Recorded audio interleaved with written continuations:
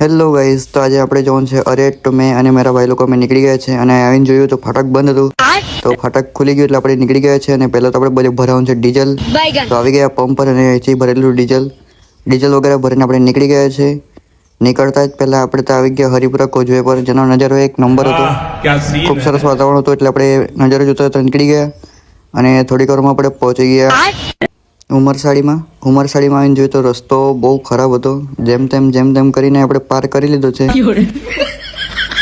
ફટાફટથી આપણે આગળ આવ્યા તો રસ્તો એક નંબર આવી ગયો.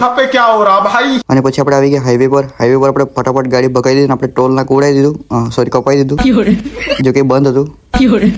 ને ફટાફટ આવી ગયા આપણે અરેઠમાં. ત્યાં આપણે જોવા મળી ગયું ઊંટ, અને એ જોઈને આપણે નીકળી ગયા આગળ અને પહોંચી ગયા અરેઠમાં.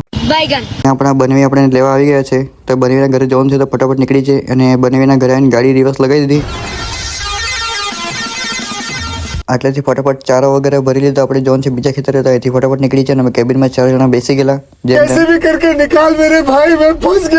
નીકળીને આપણે આવી ગયા પાછા અરેઠમાં. અને અરેઠથી નીકળીને આપણે જવાનું છે બોધાણવાળા રસ્તા પર. તો ફટાફટ નીકળી જાય અને પહોંચી ગયા આપણે બોધાણવાળા રસ્તા પર.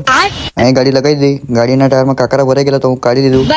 પછી અહીંથી બી ગાડી ભરી દીધી. ને હવે આપણે નીકળી જવાનું છે ઘરે જવા માટે. તો મળીએ આપણે બીજા વ્લોગમાં. ને લાઈક ને ફોલો કરતા રહેજો ભાઈ લોગ.